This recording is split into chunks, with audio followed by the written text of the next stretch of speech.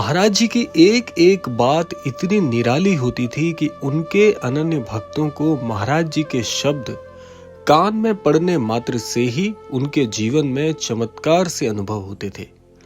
महाराज जी की वाणी को लेकर बहुत से लोगों में चर्चा रही कि महाराज जी की जब वाणी कोई भी सुन लेता था तो वो मंत्रमुग्ध हो जाता था। और एक संत के लिए ये बहुत ही अद्भुत चीज होती है कि जब भी आप किसी अनन्य संत जन की वाणी को सुनते हैं तो उनकी वाणी में उद्धार करने वाले तत्व होते हैं। महाराज जी को श्रवण करने वाले बहुत से अनन्य भक्तों ने इस बात को बहुत ही गूढ़ता से समझाते हुए कहा है कि जब भी आप महाराज जी के कोई भी वाक्य सुन रहे हो, जिन वाक्यों में महाराज जी आशीर्वाद दे रहे हो, किसी को कोई निर्देश दे रहे हो, भले ही किसी को डांट भी रहे हो, तो महाराज जी की वाणी में जो तत्व होते थे वो अनन्य भक्त के कानों में पड़ते ही उसके जीवन में उतर जाते थे। इतनी शक्ति महाराज जी के वाक्यों में रही है। और आज के इस आधुनिक युग में जो भी जन महाराज जी से जुड़ने के लिए प्रयासरत हैं, उन्हें अपने व्यक्तिगत अनुभव से मैं यही कहना चाहूंगा कि आप यदि ये समझ रहे हैं कि महाराज जी विलीन हो चुके हैं तो ये पूरी तरह से सच नहीं होगा। कारण ये है कि महाराज जी आज भी दिव्य और सूक्ष्म रूप में अपने अनन्य भक्तों को अपने आभास, अपने अनुभव कराते आ रहे हैं।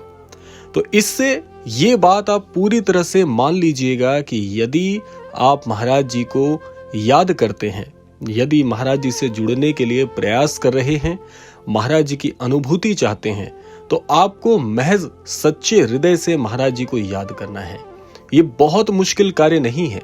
और आप यकीन मानिएगा कि यदि सच्चे हृदय से, सच्ची भावना से आप महाराज जी को याद करते हैं तो आप पाएंगे कि महाराज जी किसी न किसी प्रकार से आपको अपनी अनुभूति करा देंगे। महाराज जी ऐसे दिव्य संत हुए हैं कि अपने अनन्य भक्तों को सशरीर भी दर्शन दिए हैं। बहुत से अनन्य भक्तों ने तो यहाँ तक कहा है कि महाराज जी एक ही समय पर दो अलग अलग स्थानों में अपने भक्तों को दर्शन देकर कृतार्थ कर रहे थे। और ये एक संत की सबसे गूढ़ बात होती है कि वो इस प्रकृति के, इस ब्रह्मांड के नियमों को भी पार करके अपने अनन्य भक्तों को दर्शन देने के लिए प्रकट होते रहते हैं।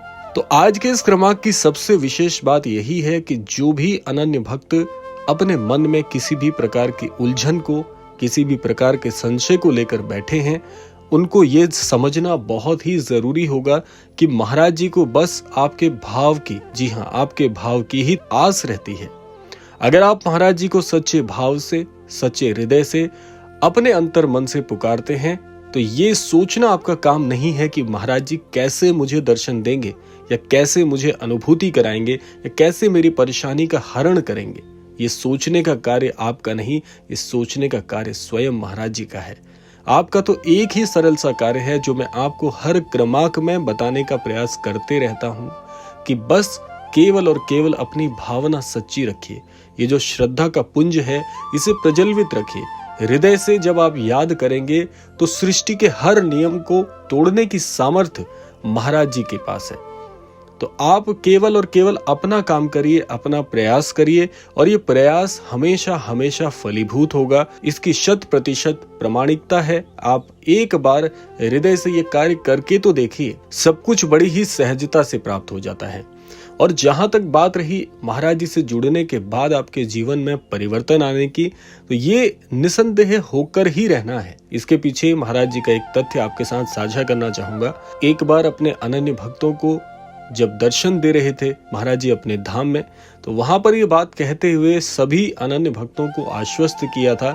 और आज भी महाराज जी का यह संदेश उतना ही सटीक है, उतना ही प्रामाणिक है जितना कि उस सभा में जब महाराज जी के दर्शन करने आए हुए अनन्य भक्त बैठे थे उस समय था। महाराज जी का कहना था कि जब भी कोई अनन्य भक्त मुझे हृदय से याद करता है या मेरी पुकार करता है तो हम ये सृष्टि के नियम तोड़कर भी उस अनन्य भक्त की रक्षा करते हैं, क्योंकि हमारा हृदय डोल जाता है। हम अपने अनन्य भक्तों की आंखों में अश्रु नहीं देख सकते। और इसके पश्चात बहुत से अनन्य भक्तों का ये कहना है कि महाराज जी ने किसी न किसी स्वरूप में आकर, किसी न किसी माध्यम से हमारी सहायता की, हमारी रक्षा की। तो ये क्रम आज भी जारी है। महाराज जी के दिव्य रूप में जाने से पूर्व भी ऐसे ही था, आज भी ऐसी है। ये कार्य महाराज जी बड़ी ही चतुरता से कहूंगा करते आ रहे हैं। अपने अनन्य भक्तों की रक्षा किए बिना महाराज जी नहीं रह पाते हैं। तो इसीलिए आपको यह समझना चाहिए कि आप केवल और केवल करुणा की पुकार करके देखिए, महाराज जी हमेशा हमेशा आपके आसपास अपना आभास कराते हुए आपको जरूर नजर आएंगे। और सबसे अच्छी बात मैं यही कहूंगा कि बहुत से अनन्य भक्त हमारे क्रमाकों के माध्यम से जुड़ने का प्रयास कर रहे हैं महाराज जी से, और बहुत से अनन्य भक्तों के मन में ये शंका रहती है, जो कि सबसे बड़ा प्रश्न है कि हम महाराज जी के धाम नहीं जा पाते, या महाराज जी के धाम जाने में हमें असमर्थता है, और किसी ना किसी कारणवश हम बहुत ज्यादा दूर रहते हैं, या किसी भी कारणवश हम नहीं जा सकते, कोई ना कोई मजबूरी है। तो आप समझिएगा कि महाराज जी को अर्जी लगाना बहुत सरल कार्य है।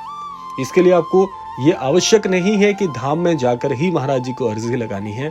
आप अपने गृह स्थान पर अर्थात अपने घर से भी महाराज जी को अर्जी लगा सकते हैं।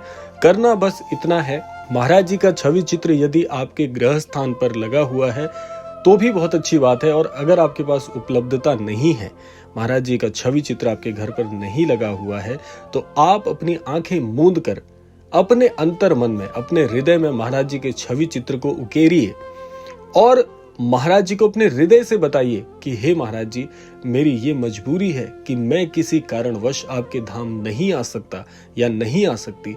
आप मेरी अर्जी स्वीकार करें और मुझे दर्शन देकर कृतार्थ करें। इतना भर यदि आप हृदय से कह देते हैं तो महाराज जी स्वयं आपके पास पहुंच जाएंगे। अब आप यहाँ पर संशयमान हो गए होंगे कि महाराज जी कैसे आ जाएंगे, महाराज जी तो दिव्य स्वरूप में हैं। तो महाराज जी कभी भी किसी प्रकार के माध्यम के लिए बाध्य नहीं है। महाराज जी जब आपको दर्शन देना चाहते हैं तो स्वप्नों के माध्यम से, या आपकी बुद्धि को पूरी तरह से अपने अंतर्मन से जोड़कर आपको किसी ना किसी प्रकार से दर्शन जरूर देंगे। और ऐसा मैं केवल इसलिए कह पा रहा हूं क्योंकि व्यक्तिगत रूप से महाराज जी ने मुझे कई बार, जब भी मेरे हृदय से महाराज जी के हृदय का मेल हुआ है, तो महाराज जी ने मुझे कई बार दर्शन देकर कृतार्थ किया है। तो अपने व्यक्तिगत जीवन के अनुभव से आपको बता रहा हूं कि यदि इस हेतु या इस प्रकार से आप महाराज जी को प्रार्थनाबद्ध होकर अपने हृदय की बात कहेंगे, निसंदेह महाराज जी आपको ये दर्शन अवश्य देंगे। और आप यदि इसको आजमाना चाहते हैं तो एक बार अंतर मन से पुकार कर देखिएगा, महाराज जी आपको जरूर जरूर दर्शन देकर कृतार्थ करेंगे। तो आशा करता हूं आज के इस क्रमाक के माध्यम से आप इस क्रमाक की एक एक बात समझ पाए होंगे और इसको अपने अनुभव में लाकर महाराज जी के दर्शन प्राप्त करने में जरूर समर्थ होंगे।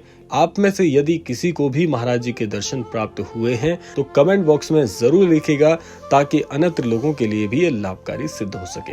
इसी कामना के साथ विदा लेने का समय आ गया है, और यही प्रार्थना करना चाहूंगा कि श्री महाराज जी सभी को सन्मति और सद्बुद्धि की प्राप्ति कराएं, और इस संपूर्ण सृष्टि का, इस संपूर्ण लोक का कल्याण हो। और मिलते हैं अगले क्रमांक में, तब तक के लिए जय श्री राम, जय गुरुदेव, जय उत्तराखंड।